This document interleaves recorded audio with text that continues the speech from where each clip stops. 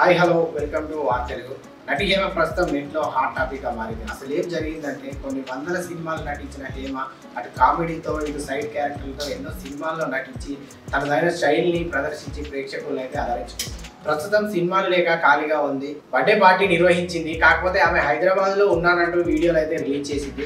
అయితే ఈ మధ్యన తెలుగు మీడియాకి పంపిన ఒక వీడియో బెంగళూరులో ఫామ్ హౌస్లోనిదేనని అక్కడ షూట్ చేసి పంపిందని అక్కడ ఉన్న ఫామ్ హౌస్ వాళ్ళే పనిచేసేవారైతే చెప్పారు. ఇలాగూ నటనకు దూరంగా ఉంది కాబట్టి రేవ్ పార్టీలో ఫామ్ హౌస్ నిర్వహించడంలో నటి హేమ బాగా బిజీ అయిపోయిందని అయితే తెలుస్తుంది. వాసు బర్త్డే కోసం ఈ రేవ్ పార్టీని నిర్వహించిందని అయితే తెలుస్తుంది. అయితే ఈ సమాచారం తెలుసుకున్న పోలీసులు అక్కడికి వెళ్ళి చూశారు. చూసిన తర్వాత అక్కడ విపరీతంగా గంజాయి డ్రగ్స్ వాడినట్లయితే తెలిసింది.